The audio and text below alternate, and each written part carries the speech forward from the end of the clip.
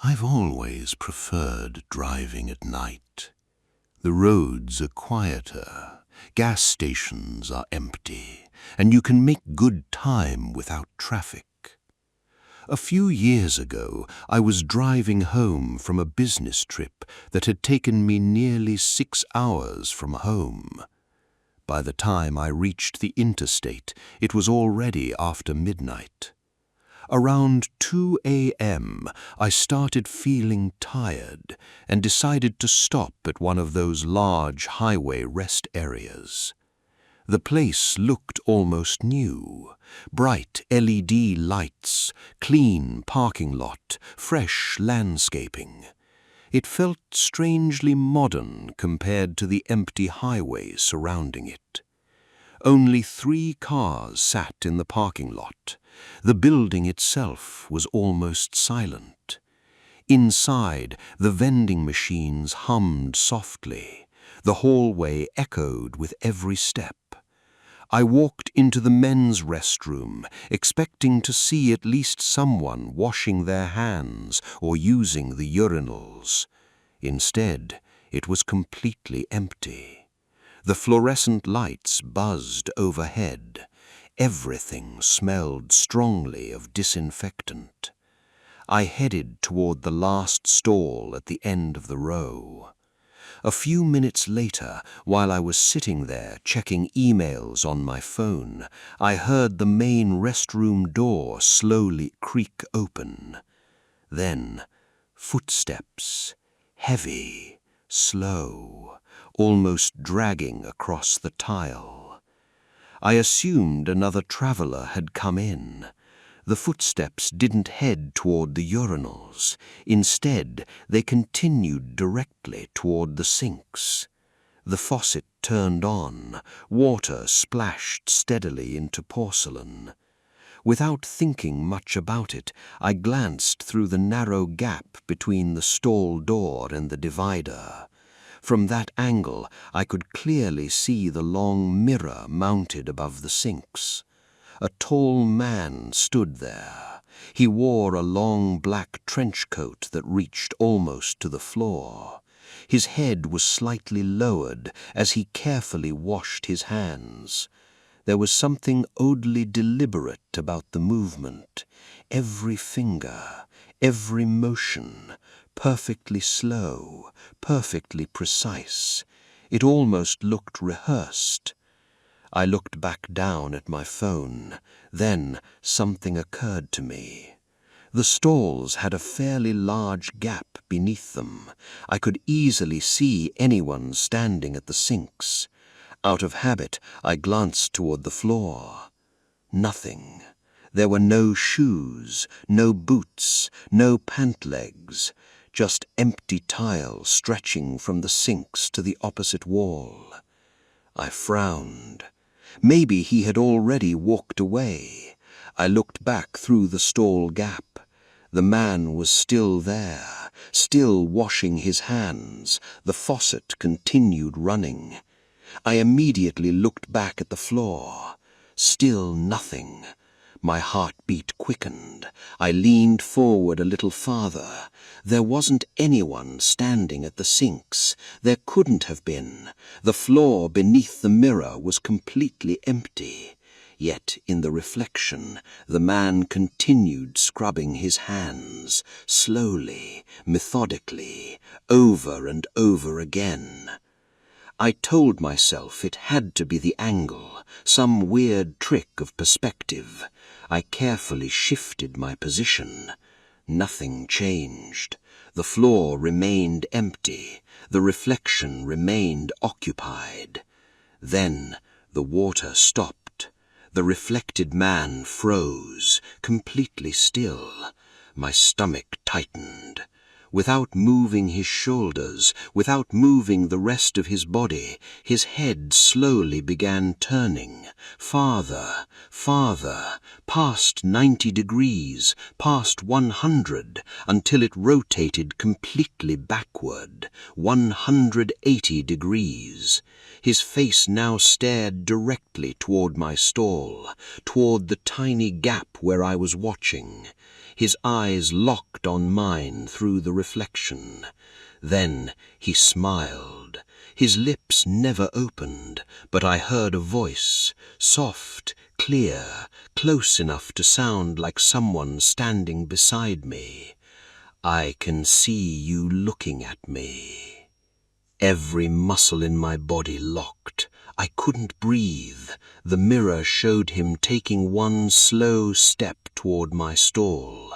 I instinctively looked down again. The floor was still empty. No feet, no movement, nothing. When I looked back up, the reflection was gone. The mirror showed only the empty sinks. The restroom had become completely silent.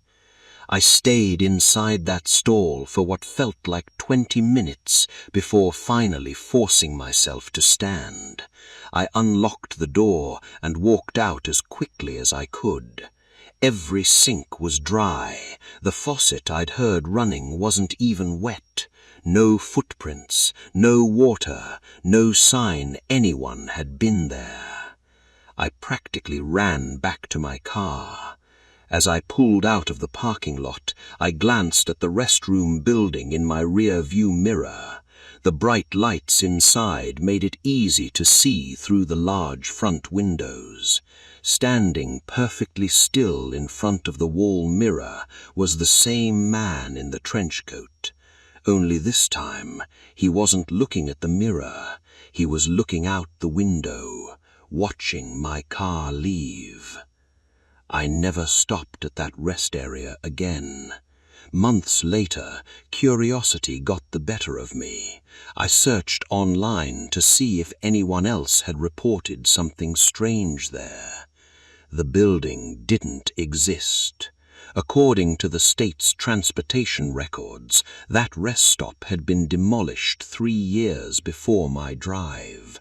The only thing currently standing at that exit is an empty concrete foundation with no electricity, no running water, and no mirrors.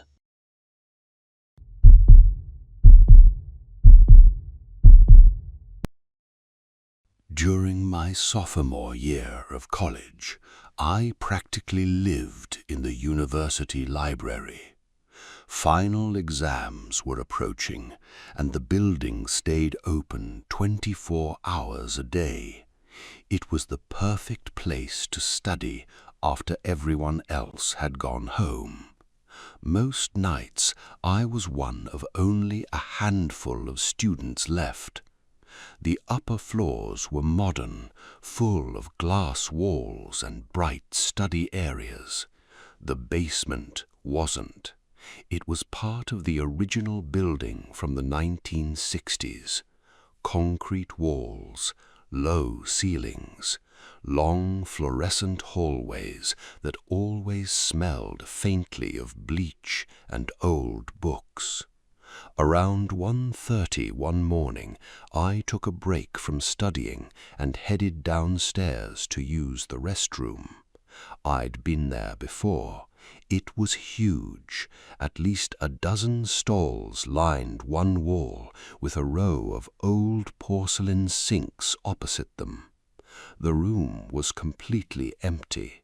The fluorescent lights buzzed overhead.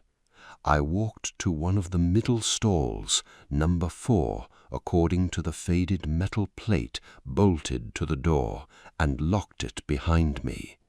A minute later, I heard a metallic click echo through the ceiling. It sounded like an air vent opening somewhere above me.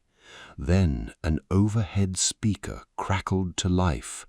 A calm, emotionless voice echoed throughout the restroom. Initiating scheduled sanitation purge for Zone 4. I frowned. The announcement continued. Please exit the facility. I assumed it was some kind of overnight cleaning system. No big deal. I reached for my backpack and stood up. Before I could unlock the stall, click, a heavy metal sound echoed down the row. Then another, then another. It traveled stall by stall like a chain reaction. Click, click, click. I grabbed the handle. It wouldn't move. Someone or something had locked the stall from the outside. I pulled harder. Nothing. Every stall door in the restroom rattled at once. Then the lights went out. Instantly. Not dimmed, not flickered. Gone. The darkness was absolute, the kind where you can't even see your own hands. My heartbeat immediately doubled. I pulled out my phone, dead. 5 minutes earlier it had been nearly fully charged. Now it wouldn't even turn on. I started banging on the metal door. Hello? No answer. I shouted louder. Still nothing. The building was silent. Then I heard it from the far end of the restroom, a dragging sound, slow, heavy, like soaked canvas being pulled across ceramic tile. It moved a few feet, stopped, then continued, closer.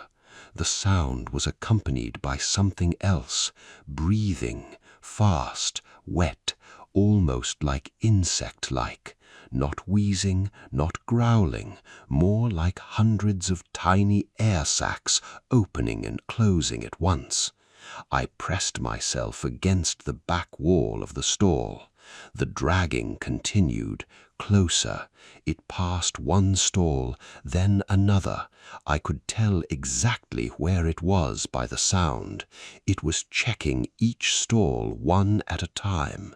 The overhead speaker suddenly crackled again.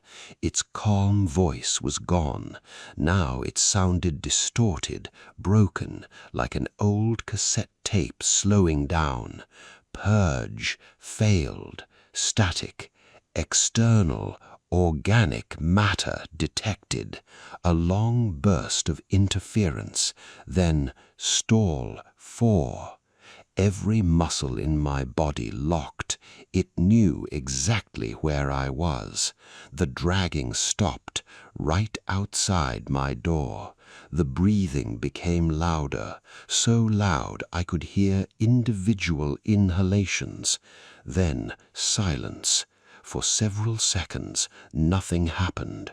I looked toward the narrow gap beneath the stall. At first, I saw nothing. Then something slowly slid underneath. Not a hand, not a foot. A strip of dark, soaked fabric. It crept across the tile like it was alive. More followed, layer after layer, as if someone wrapped entirely in wet cloth was trying to flatten themselves enough to squeeze underneath. The smell hit next, rotting water, mold, old sewage. I couldn't move, couldn't even breathe. The fabric stopped halfway beneath the partition, then slowly pulled itself back out. The breathing moved away, dragging, sliding, toward the next stall. The overhead lights suddenly flashed back on. The room looked exactly as it had when I'd entered. Clean, bright, empty. Every stall door stood open, mine included.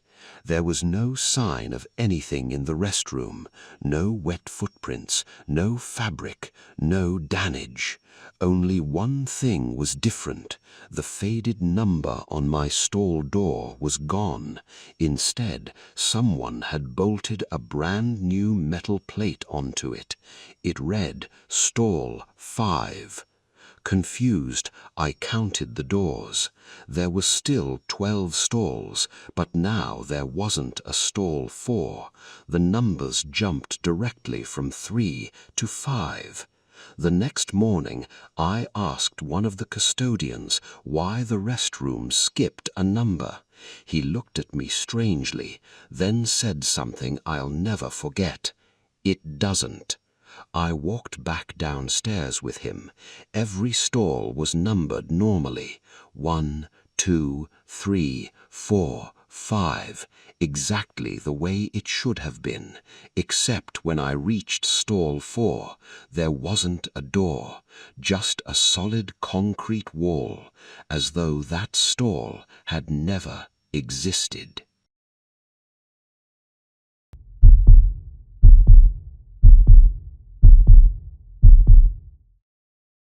A few years ago, I worked for an accounting firm that had a bad habit of turning every deadline into an emergency. During tax season, staying late wasn't unusual. Most evenings the office emptied around 6. By 8, I was usually the only person left on the entire floor. I actually liked it. The constant conversations stopped, the phones stopped ringing, the whole building became strangely peaceful. One Thursday night, I was finishing a report that had to be submitted before morning.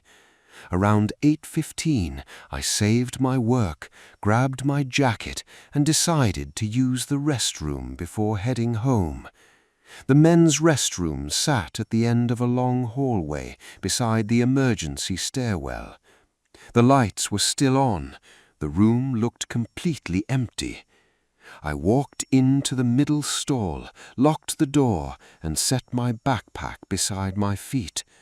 A few moments later, I noticed something unusual. In the stall directly next to mine, a smartphone was lying face up on the floor. It looked almost brand new. No case, no cracks. The screen was awake. At first I assumed someone had forgotten it. I leaned slightly toward the gap beneath the divider, thinking I'd grab it on my way out. Then I noticed the screen. It wasn't showing a home screen. It wasn't playing a video.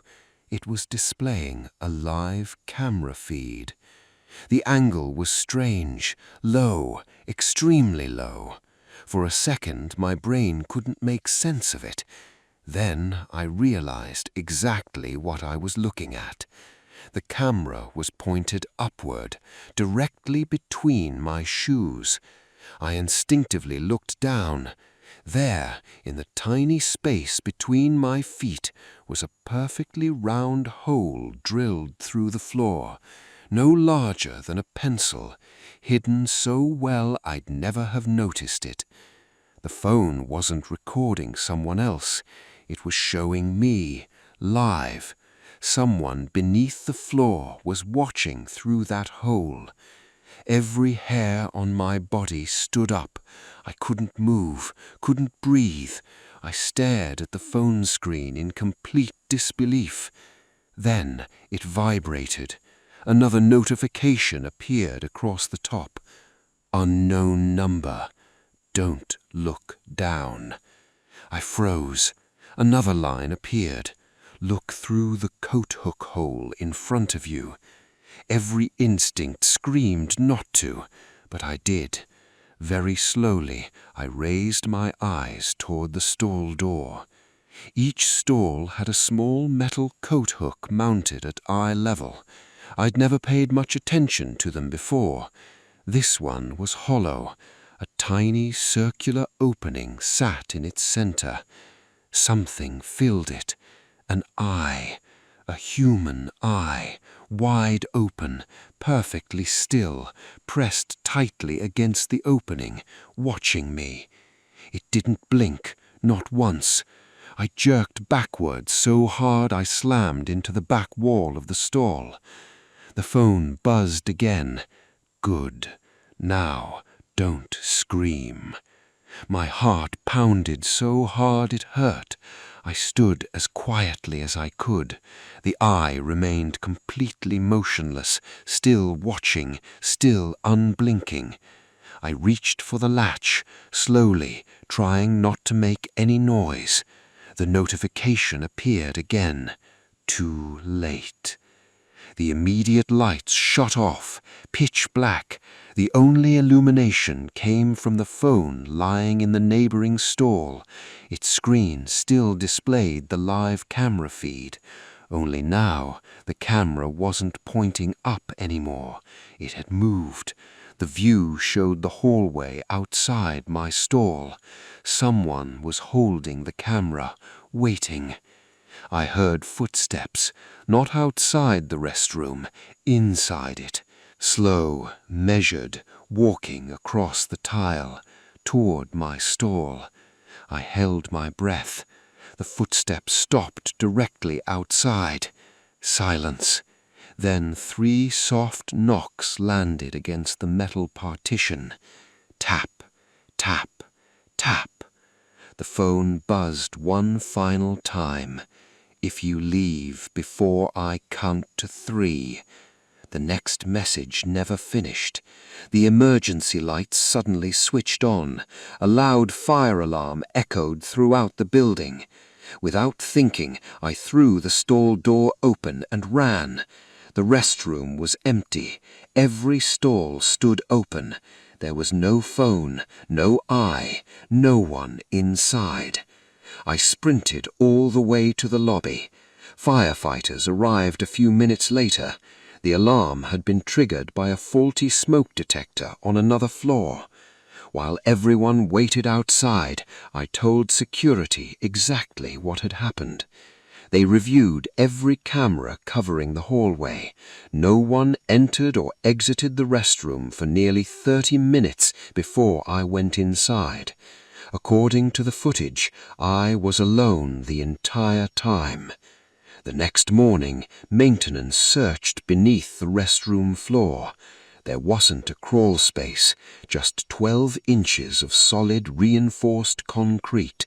No room for a camera, no room for a person, no drilled hole. Months later, after I'd left that company, I received a package with no return address. Inside was a brand new smartphone. When I turned it on, the first thing it displayed was a live camera feed, looking up at me from somewhere beneath my chair.